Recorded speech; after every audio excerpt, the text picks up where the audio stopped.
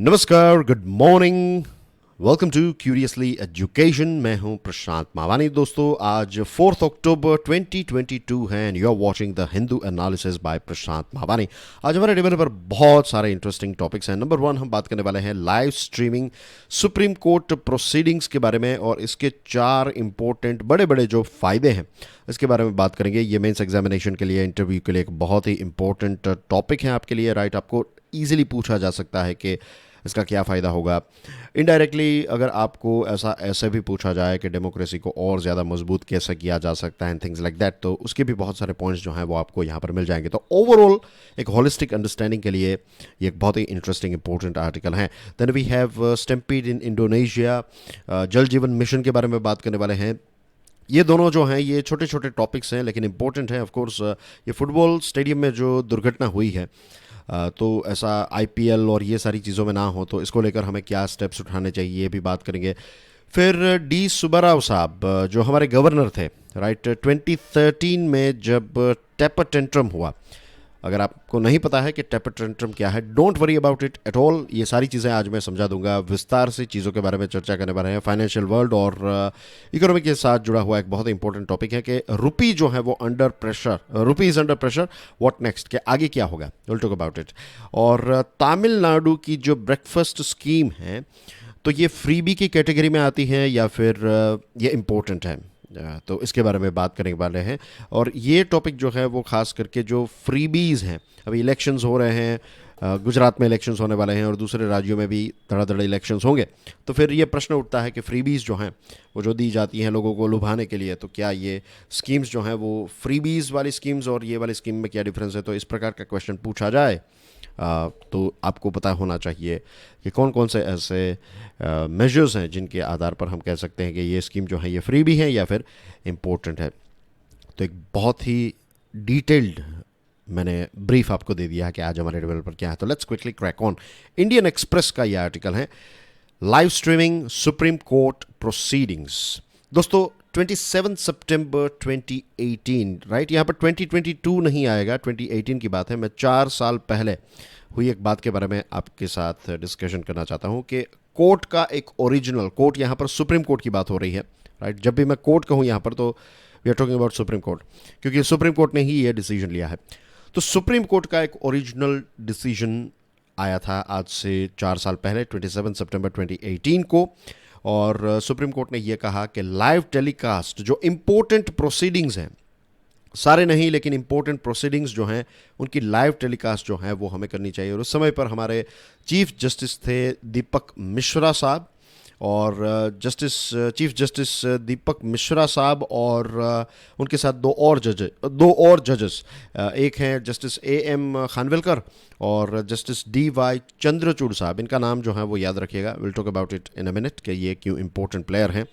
तो उस टाइम पर ये तारीख पर तीन जजेस जो हैं उन्होंने कहा कि live telecast of important proceedings जो हैं सुप्रीम कोर्ट की वो हमें करनी चाहिए। उन्होंने टेलीकास्ट के बारे में ये भी कहा कि जब लाइव टेलीकास्ट होगा तो जुडिशियल लेबर जो है, जुडिशरी जो मेहनत कर रही है, राइट, जजेस हैं, पूरा इंस्टीट्यूशन, कोई एक पर्टिकुलर ऐसा नहीं कि सिर्फ जजेस हैं, पूरी जुडिशरी और ख़ास करके सुप्रीम कोर्ट की अगेन यहाँ पर बात हो रही है। और Supreme Court as an institution जो मेहनत कर रहा है, तो इससे क्या क्या चीज़ें एनलिवन होगी। एनलिवन यानी कि ये चीज़ें जो हैं वो रीजुविनेट होगी, एक नए लेवल पर जाएगी। इसमें कॉन्स्टिट्यूशनल वैल्यूज़, डेमोक्रेसी और सिटीजनशिप, ये 3 चीज़ें जो हैं वो एनलिवन होगी बिकॉज ऑफ दिस थिंग, अगर इसको लाइव किया गया। और उसके बाद जो दीपक मिश्रा साहब के बाद आए MV रमन्ना साहब, राइट, तो वो मैं चीफ जस्टिस ऑफ इंडिया की बात कर रहा हूँ, तो उन्होंने भी फुल सपोर्ट दिया इस लाइव टेलीकास्ट की बात को।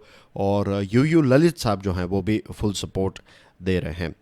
ए full court of supreme court जजेस, जितने भी सुप्रीम कोर्ट के जजेस हैं, 4 साल के बाद आप देखिए, 20 सितंबर 2022 की बात है, कुछ दिनों पहले की बात है, कुछ हफ्तों पहले की बात है, कि जितने भी हमारे सुप्रीम कोर्ट के जजेस हैं under the leadership of chief justice UU Lalit, उन्होंने कहा कि जो कॉन्स्टिट्यूशनल बेंच है उनकी प्रोसीडिंग्स जो है उनकी लाइव स्ट्रीमिंग हमें करनी चाहिए।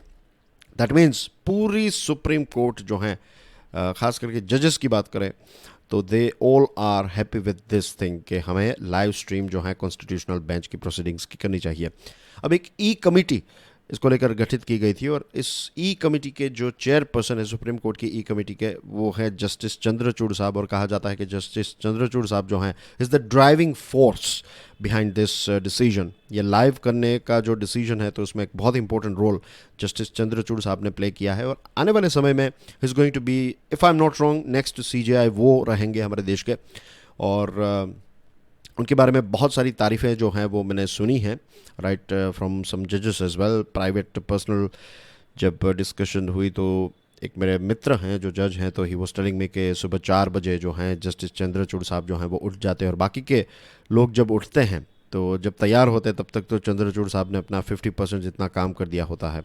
Is very dedicated, right. I think उनके फादर भी जज थे सुप्रीम कोर्ट के, but anyway just remember this name, right, कि he is the driving force. और उन्होंने ही ये डिक्लेयर किया कि वी आर वर्चुअल, राइट, कि सुप्रीम कोर्ट जो है इट्स नाउ वर्चुअल। तो ये जो डिसीजन लिया है, जितने भी जजेस ने इसमें एक रोल प्ले किया है, मैं तो कहूँगा पूरी Supreme Court as an institution जो है, हमें उनको कॉन्ग्रेचुलेट करना चाहिए कि उन्होंने एक पाथ ब्रेकिंग और डेमोक्रेटिक डिसीजन लिया है, and this is one of the most important decision ever. ये बहुत ही इन्फ्लुएंशियल डिसीजन होगा, और इसके बेनिफिट्स जो हैं वो अब हम देख लेते हैं। नंबर 1 बेनिफिट इसका ये होगा कि जो एक साधारण व्यक्ति है हमारे देश का, जो आम आदमी है, उसको भी पता चलेगा कि हमारे देश की जो हाईएस्ट कोर्ट है वो कैसे ऑपरेट करती है। जब हम लाइव देखेंगे कि न्याय जो है वो कैसे प्रोसेस की चल रही हैं, क्या क्या चीज़ें हो रही है एक्सेट्रा, तो फाइनल जब जुडिशरी के जजमेंट्स आएंगे और जब हमने पूरी प्रोसीडिंग को लाइव देखा है, तो इससे क्या होगा, हमारा जुडिशरी के प्रति विश्वास जो है वो और ज़्यादा मजबूत होगा। और इसी के साथ साथ लोग जो हैं वो एक जो कहते हैं ना फोस्टरिंग क्रिटिकल डायलॉग, कि चीज़ों को लेकर, लेट्स से बुरखा को लेकर कुछ हैं, ट्रिपल तलाक को लेकर कुछ हैं, मंदिर मस्जिद को लेकर कुछ हैं, महिलाओं के बारे में कुछ हैं, जो भी अलग अलग इंपॉर्टेंट टॉपिक्स हैं, राइट, देयर आर मेनी, में आई एम मिसिंग मेनी, लेकिन आप सोच लीजिएगा अपने हिसाब से कि जो भी इंपॉर्टेंट देश को, कॉन्स्टिट्यूशन को अफेक्ट करने वाले जो भी डिसीजंस हैं, तो उनकी प्रोसेस जब चलेगी तो लोग जो हैं इन चीज़ों पर डिस्कस करेंगे, राइट। और इससे होगा ये कि हमारी सिटीजनशिप जो है, जो सिटीजनरी कहते हैं, right, it will develop an informed citizenry, कि सिटीजन्स जो हैं वो और ज़्यादा इन्फॉर्म्ड रहेंगे। और इसी के साथ साथ हमारी जितने सिटीजन्स इन्फॉर्म्ड रहते हैं, वेल एजुकेटेड या फिर वेल अवेयर रहते हैं, तो उतनी ही हमारी डेमोक्रेसी जो है वो मजबूत होती है। तो this is number 1 benefit. Number 2, right, इससे ये भी पता चलेगा कि रूल ऑफ लॉ जो है इसका इम्पोर्टेंस क्या है। हमारे देश में एक चीज़ जो है, कल्चर जो है, उसको क्रिएट करने की ज़रूरत है। कुछ जगह पर है, लेकिन we need to reboost it, right. हमें इसको और ज़्यादा नए लेवल पर ले जाने की ज़रूरत है। That is culture of respect for the rule of law. Unfortunately एक चीज़ ये भी है, मीन्स आई एम श्योर आपने ऑब्जर्व की होगी, कि रूल ऑफ लॉ जो है उसको तोड़ना जो है, उसको स्टाइल माना जाता है, उसको हिप माना जाता है, उसको कूल माना जाता है। तो ये चीज़ नहीं होनी चाहिए। Culture of respect for the rule of the law है, तो ये और ज़्यादा मजबूत होगा। और जो इम्पोवरिश्ड हैं, जो गरीब हैं, उसके अधिकार, जो हिस्टोरिकली मार्जिनलाइज्ड है, उनके जो राइट्स हैं, और जो हिस्टोरिकली अगर आप देखें जो ऐसे डिसएम्पावर्ड सेक्शंस ऑफ सोसाइटी हैं, तो उनके भी राइट्स जो हैं वो उनको मिलेंगे। तो उसमें भी एक बहुत इंपॉर्टेंट रोल जो है ये डिसीजन प्ले करेगा। नंबर 3 अगर हम बात करें तो सुप्रीम कोर्ट जो है, तो ये जो जुडिशियल लाइव स्ट्रीम से क्या होगा कि जुडिशियल डिसीजन मेकिंग जो है ये और ज़्यादा ट्रांसपेरेंट, राइट, पारदर्शिता इसमें आएगी, and it will promote more transparency for sure. एक डीप सेंस ऑफ कन्विक्शन आएगा कि नहीं, जुडिशरी जो है वो हमारे देश में काम कर रही है। एंड दिस ऑल्सो इंडिकेट्स कि हमारे देश की जो सुप्रीम कोर्ट है, ये honesty, integrity, self reflexivity as well as rectitude, ये सारी चीज़ें जो हैं वो Supreme Court as an institution, right, as an institution इसने ये प्रूव किया है, ये लाइव स्ट्रीम को करके, कि supreme court stands for honesty, integrity, self reflexivity and rectitude. और जो डिसीजंस जजेस के द्वारा लिए जाते हैं, तो उसके बारे में पता ही नहीं रहता है हमें, राइट, पूरे डिसीजंस को हम समझ नहीं पाते। एक साधारण व्यक्ति के पॉइंट ऑफ व्यू से बात करें तो इससे ट्रांसपेरेंसी आएगी, तो हम इसको और अच्छी तरीके से समझ पाएंगे कि सुप्रीम कोर्ट ने ये पर्टिकुलर डिसीजन जो है वो क्यों लिया है। Number 4, quality and standards of the legal profession. लोग जब वहाँ पर जाते हैं, right, when you are live, right, when you are live, तो you will be in your best behaviour. Lawyers जब जाएंगे तो वो अच्छे प्रिपेयर होकर जाएंगे, ऐसे वैसे कोई इररिस्पॉन्सिबल स्टेटमेंट्स नहीं देंगे। और जनरली क्या होता है कि लॉयर्स के बारे में बात करें तो जो फेमस नाम है, बड़े बड़े नाम जो हैं, और काफ़ी बड़े बड़े एज में भी बहुत बड़े हैं, राइट, सीनियर सिटीजन्स हैं, 70+ ऐसे कुछ लॉयर्स हैं जो काफ़ी फेमस है। लेकिन यंग लॉयर्स जो हैं वो उनके बारे में हम किसी को पता भी नहीं चलता है। तो अब यंग लॉयर्स जब अपील करेंगे तो उनका जो टैलेंट है, उनका जो इंटेलेक्चुअल प्रोवेस है, वो भी पूरी दुनिया देख पाएगी, देश देख पाएगा। और ऐसे यंग लॉयर्स जो हैं उनके लिए भी एक लेवल प्लेइंग फील्ड हमें देखने को मिलेगी। इससे लेवल प्लेइंग फील्ड क्रिएट होगी। ऐसा नहीं होगा कि पुराने या फिर जो जो कहते हैं ना कि मंजे हुए खिलाड़ी, उनके पास ही क्लाइंट्स नहीं जाएंगे, ऐसे यंग लॉयर्स के पास भी जाएंगे जब देखेंगे कि नहीं, वो अच्छी तरीके से चीज़ों को हैंडल कर रहे हैं, अच्छी तरीके से केस जो है उसका फाइट दे रहे हैं। फिफ्थ जो एक इम्पैक्ट आएगा वो ये होगा कि हमारे लीगल एजुकेशन की बात करें, राइट, जो लॉ कॉलेजेस हैं हमारे देश में, कुछ अच्छी लॉ कॉलेजेस हैं, नो डाउट अबाउट इट, लेकिन छोटे छोटे टाउन का अगर मैं आपको एग्जांपल दूं तो वहाँ पर लॉ की डिग्री जो है वो बहुत ही ईजिली मिल जाती है। आप you will find so many people जिनके पास लॉ की डिग्री है, लेकिन they are not genuine lawyers, right, उनके पास सिर्फ डिग्री है। तो लीगल एजुकेशन में ये क्राइसिस हैं। और आपने ये भी देखा होगा कि बहुत सारे लोग जो हैं वो LLB जो है वो ऐसे नाम के डिग्री के लिए ही करते हैं, राइट, उसकी जेन्युइन काम कुछ और करते हैं। तो ऐसा जो ट्रेंड है ये कम होगा, ये शायद धीरे धीरे एलिमिनेट भी हो जाए कि लॉ जो है वो लोग इसलिए करेंगे ताकि उनको जेन्युइनली मीन्स उस फील्ड में आगे बढ़ना है। टीचिंग और रिसर्च की क्वालिटी जो है उसमें इम्प्रूवमेंट आएगा। स्टूडेंट्स जब देखेंगे कि नहीं, यंग लॉयर्स जो हैं या फिर लॉयर जो हैं वो कहाँ तक पहुँच सकते हैं, if you want to be a जज और समथिंग, तो स्टूडेंट्स को इंस्पिरेशन मिलेगा। और जो लॉ फैकल्टी मेंबर्स हैं और लीगल रिसर्चर्स जो हैं उनको भी एक बूस्ट मिलेगा कि वो नए एरियाज़ को एक्सप्लोर करें और नए एरियाज़ में स्कॉलरशिप एक्सेट्रा ये सारी चीज़ें आए। तो ये इसके 5 बड़े बेनिफिट्स मैंने आपको क्विकली समझा दिए हैं। मीन्स ऑफकोर्स हमने इन डेप्थ डिस्कशन भी की है। Now the thing about technology के बारे में आजकल जब भी बात आती है तो लोग जो हैं वो मोबाइल फ़ोन और स्मार्टफोन को लेकर बहुत सारी चीज़ें कहते हैं, और ये उनकी बात भी सही है कि लोग पोर्न देखते हैं, लोग जो हैं वो एंटरटेनमेंट को ही कंज्यूम करते रहते हैं, बहुत सारा एंटरटेनमेंट, राइट, नेटफ्लिक्स और ये वो एक्सेट्रा, पता नहीं क्या क्या, मीन्स यूट्यूब जो है तो उसको भी एंटरटेनमेंट के लिए ज़्यादा से ज़्यादा। और अगर हम कैलकुलेट करें तो हम हमारे दिन के 3-4 घंटे जो हैं वो इसमें ऑन एन एवरेज वेस्ट कर देते हैं, बिकॉज इतना एंटरटेनमेंट अब वो हो चुका है कि हमें सेटिस्फैक्शन ही नहीं मिलता। We need more and more. और इससे जो एंटरटेनमेंट या फिर कंटेंट क्रिएटर है उनको तो फ़ायदा होगा, लेकिन जो व्यूअर्स हैं उनका एंटरटेनमेंट के सिवाय कोई प्रैक्टिकल वर्ल्ड में इतना कोई खास फ़ायदा होता नहीं है। मीन्स बेनिफिट्स होंगे, राइट, किसी के वीडियोस को देख देख कर किसी ने वीडियो एडिटिंग सीख लिया लेट्स से, तो दैट्स अ डिफरेंट थिंग। वो प्रोफेशन के लिए देख रहे हैं, सीखने के लिए देख रहे हैं, दैट्स अ डिफरेंट थिंग। लेकिन सिर्फ फिल्में देखते रहना, गाने सुनते रहना, कोई भी चीज़ कि एक लिमिट के बाहर फिर पूरा दिन गाना सुनना जो है, that's not right. I am not saying कि गाना नहीं सुनना चाहिए, मैं भी सुनता हूँ, इट्स वेरी गुड, राइट, हमारा मूड फ्रेश हो जाता है ये वो एक्सेट्रा, लेकिन too much of anything is poisonous, we know. लेकिन यहाँ पर सुप्रीम कोर्ट ने ये भी, और एक बहुत ही इंटरेस्टिंग पॉइंट है आप सभी के लिए, कि technology is a great instrument. Technology जो है वो न्यूट्रल है, technology is not positive not negative. Technology को यूज़ करने वाला जो है वो डिसाइड करेगा, उसके ऊपर निर्भर है कि टेक्नोलॉजी इज़ गुड और बैड।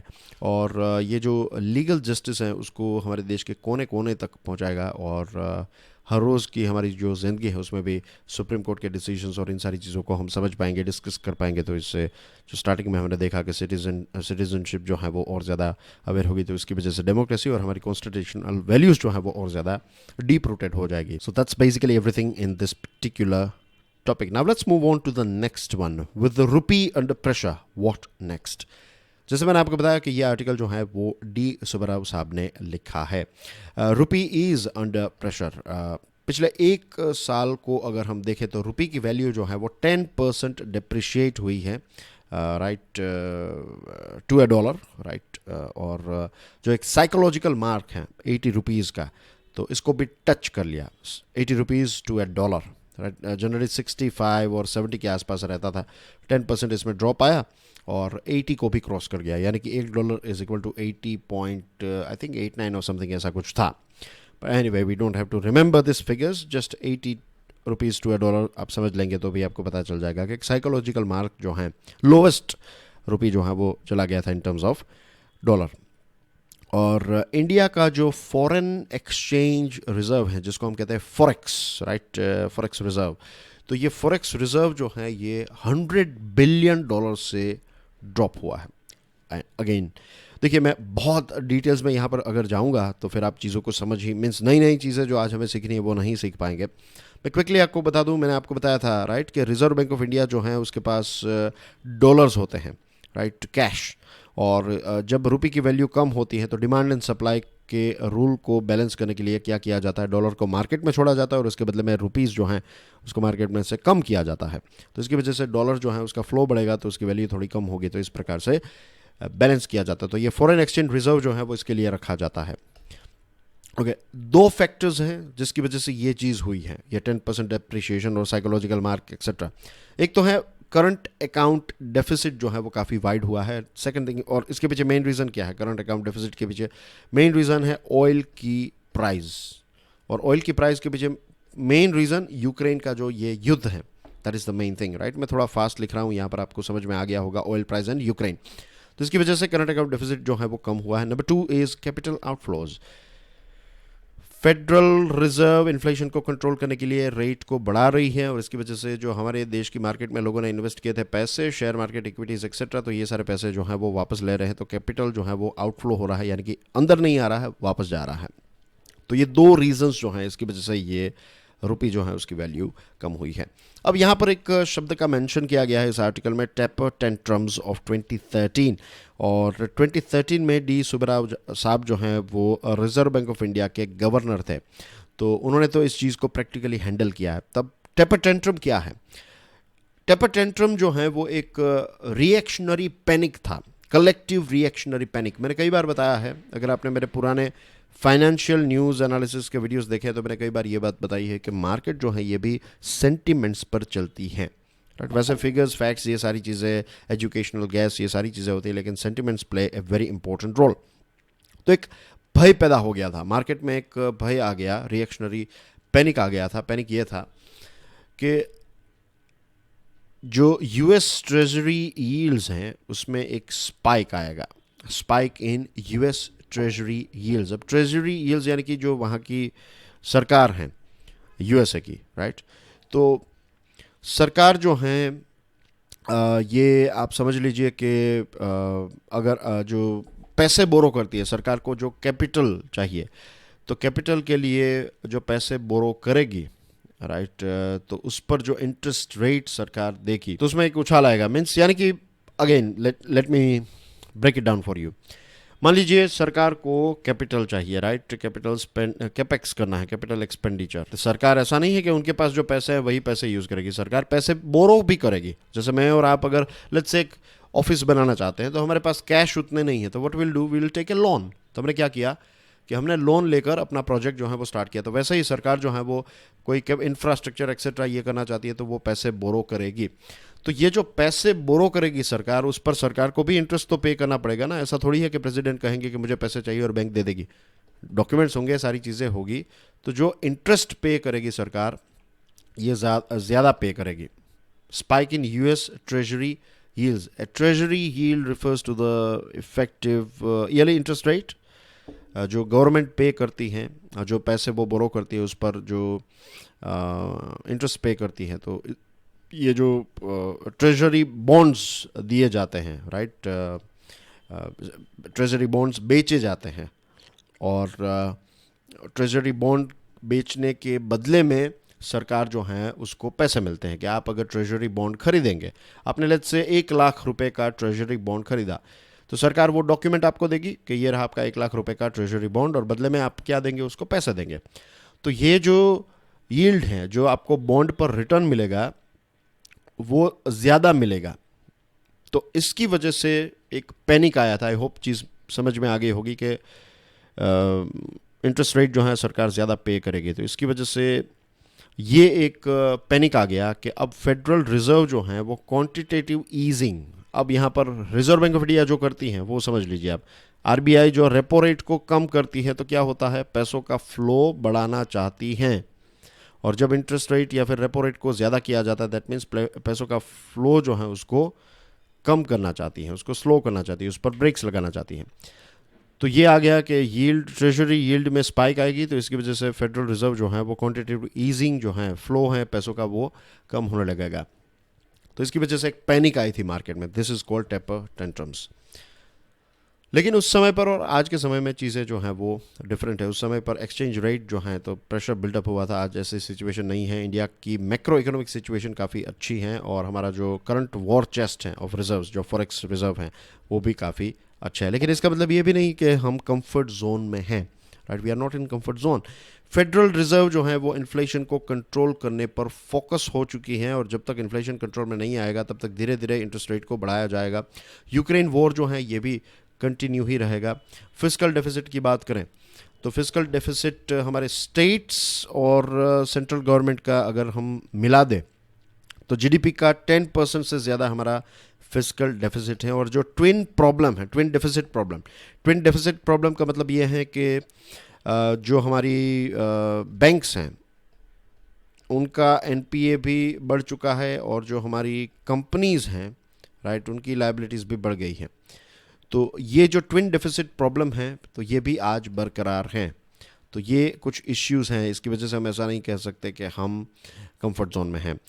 रही बात फॉरेक्स की, तो देखिए इसको मीन्स जो क्वांटिटी है कि हमारे पास लेट्स से 500 बिलियन का फॉरेक्स रिजर्व है, 600 बिलियन का फॉरेक्स रिजर्व है, तो इतना जब हम देखते हैं कि 600 बिलियन फॉरेक्स रिजर्व है तो हमारे पास तो बहुत ज़्यादा है, कोई बात नहीं है।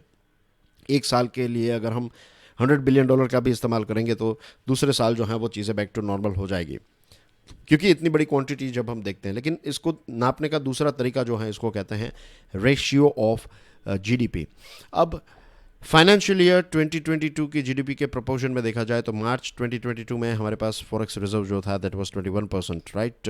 अगर फाइनेंशियल ईयर 23 की जीडीपी के प्रोपोर्शन में देखा जाए तो इट विल बी 17%। और जब टेपर टेंट्रम हुआ था तो उस टाइम पर हमारे 15% से कम था।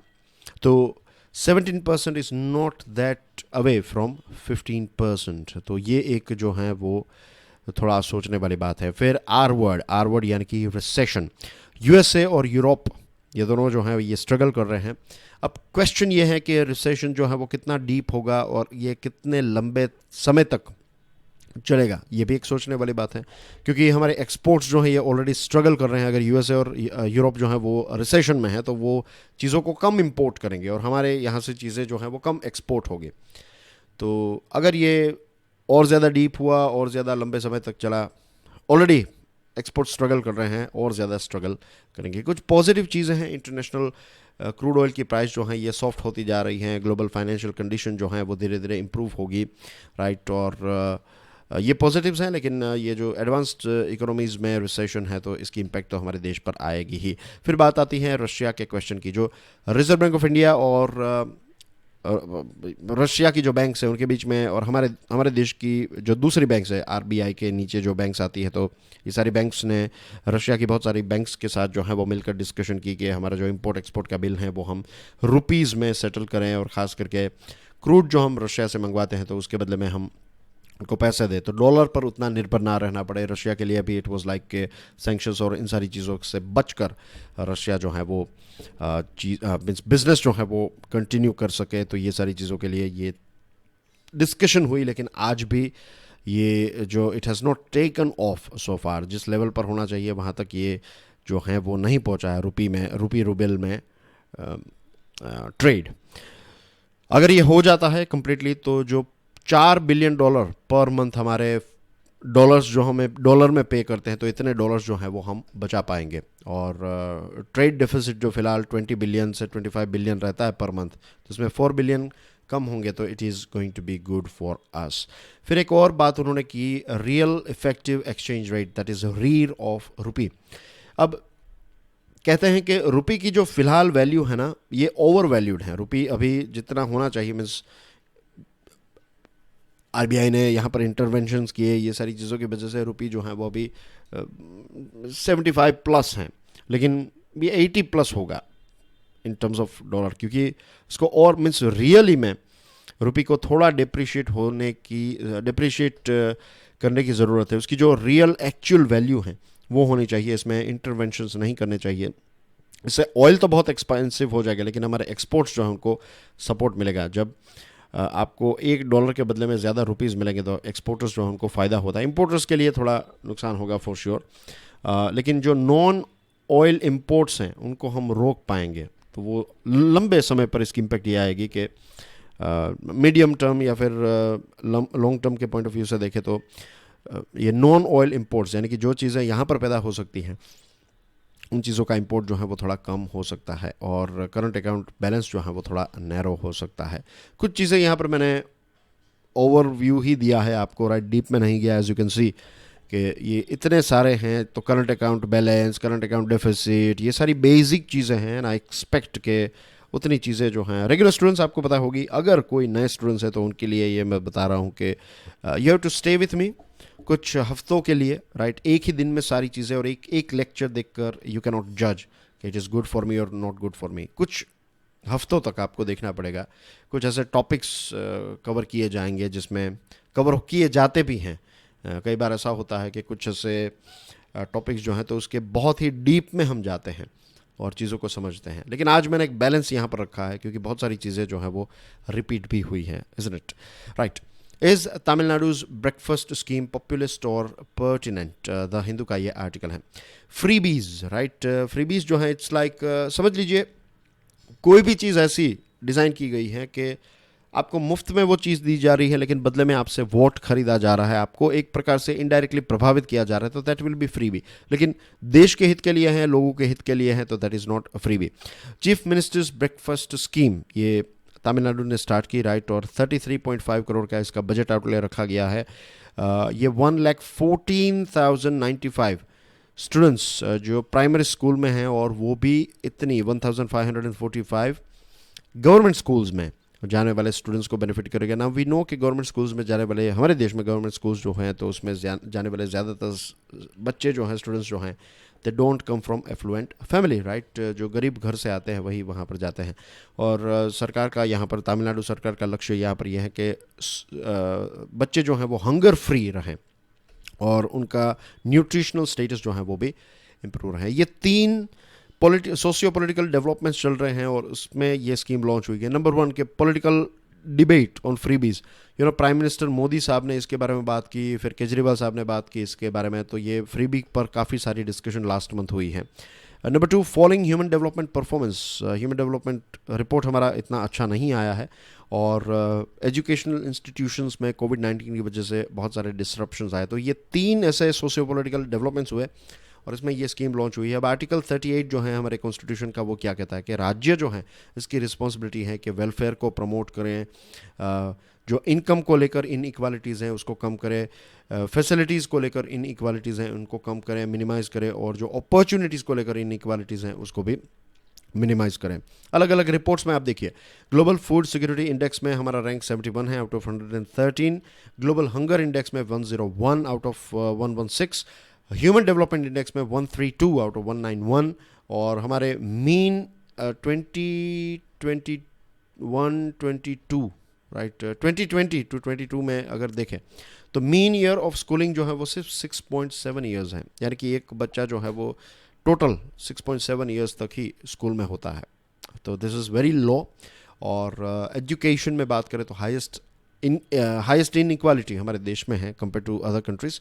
और क्रेडिट सूजी रिपोर्ट ये कहता है कि हमारे देश में राइजिंग वेल्थ इन इक्वालिटी भी है, कि पैसे वाला जो है वो पैसे वाला होता जा रहा है और गरीब जो है वो और ज़्यादा गरीब। ये जो स्कीम है, इस प्रकार की स्कीम, इसके अगर पॉजिटिव रिजल्ट्स को देखें तो फ्री ब्रेकफास्ट स्कीम्स जो हैं तो इसकी वजह से एजुकेशनल आउटकम्स बढ़ सकते हैं। दूसरे देशों में ये पाया गया है, स्कूल अटेंडेंस बढ़ेगा और बच्चों का कंसंट्रेशन जो है वो स्टडीज़ पर हो सकता है।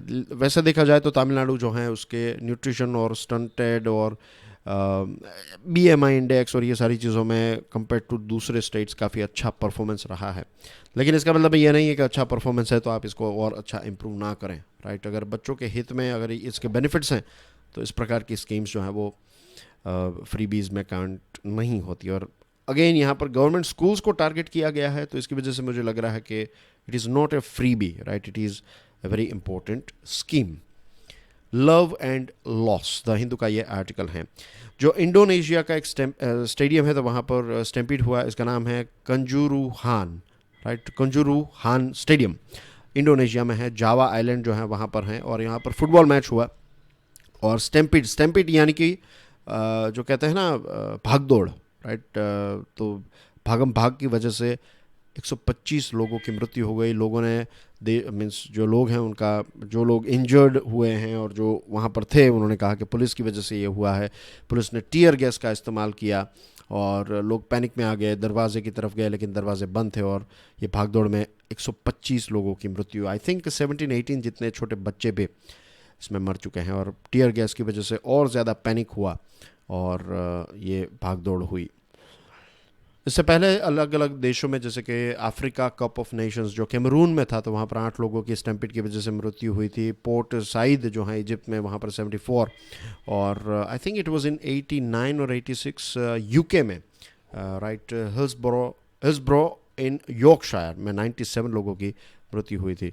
और ये सारे इंसिडेंट्स जो हैं ये पुलिस की इनकॉम्पिटेंस और क्राउड कंट्रोल फेलियर्स की वजह से ये सारी चीज़ें हुई।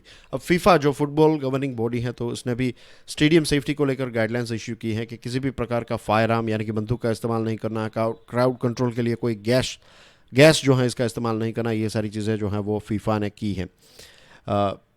मुझे लगता है कि आईपीएल और दूसरे जो यहाँ पर हमारे देश में फेमस स्पोर्ट्स हैं, तो इसको लेकर भी एक स्टैंडर्ड ऑपरेटिंग प्रोसीजर हमें क्रिएट करनी चाहिए कि ऐसी कोई स्टैम्पीड जो हैं वो ना हो। It is very very important. और स्पेक्टेटर्स जो हैं उनका भी एक रोल रहता है।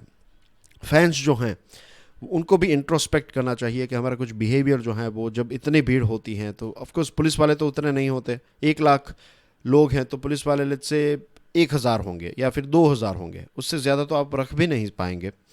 तो एक कोऑपरेशन जो है हम खुद, मुझे लगता है कि इंग्लैंड जो हैं, इंग्लैंड में अगर क्रिकेट मैच हो रहा है तो वहाँ के लोग जो हैं, एक it's very famous in cricket world कि इंग्लिश स्पेक्टेटर जो हैं क्रिकेट के, राइट, फुटबॉल के नहीं, I am talking about cricket, क्योंकि फुटबॉल का फिर ऑल टुगेदर डिफरेंट स्टेडियम, लेकिन क्रिकेट देखने वाले जो इंग्लैंड के लोग हैं, they are very self discipline काफ़ी रहती है। और देखते हैं कि अगर सामने वाली टीम भी जीत जाए तो भी वो तालियां बजाते हैं। तो ये एक चीज़ जो है वो सीखनी चाहिए।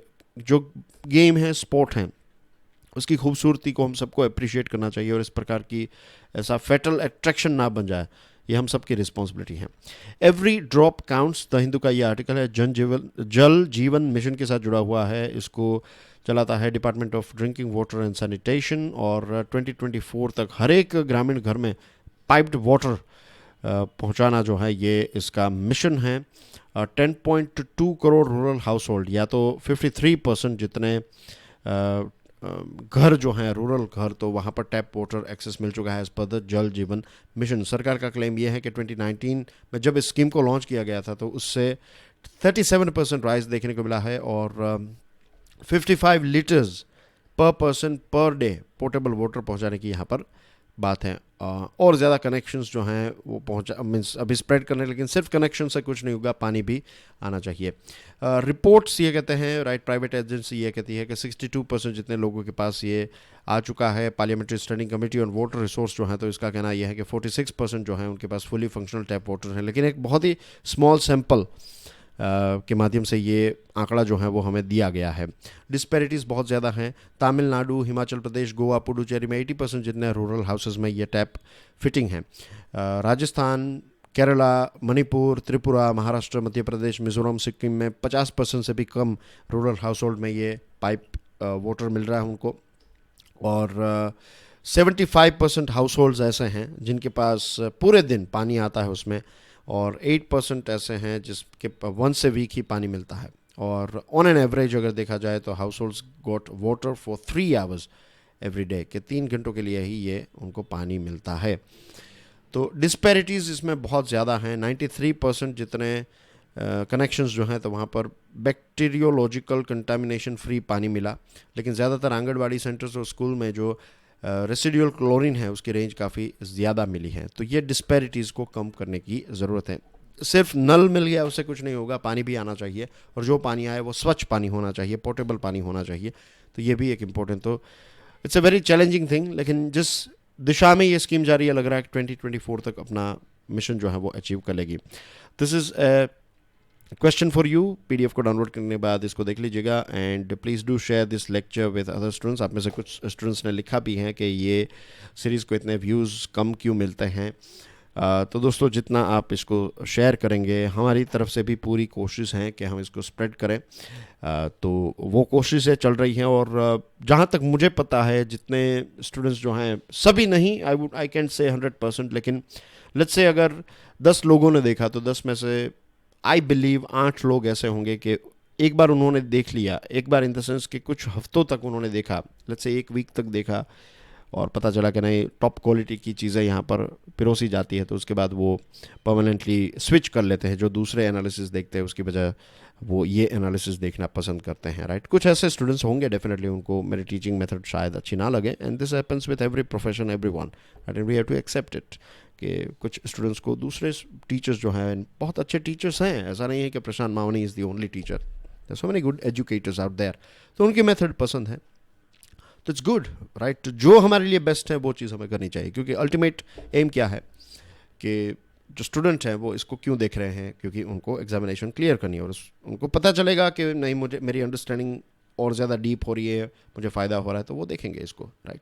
तो व्यूज़ जो हैं वो धीरे धीरे आएंगे, लेकिन continuous sharing is very very important. तो आप जेन्यूनली अगर चाहते हैं कि ये सीरीज़ ग्रो हो तो please share it, and I'll see you soon with some more interesting videos. Till then, enjoy your studies. God bless you all. Jai Hind.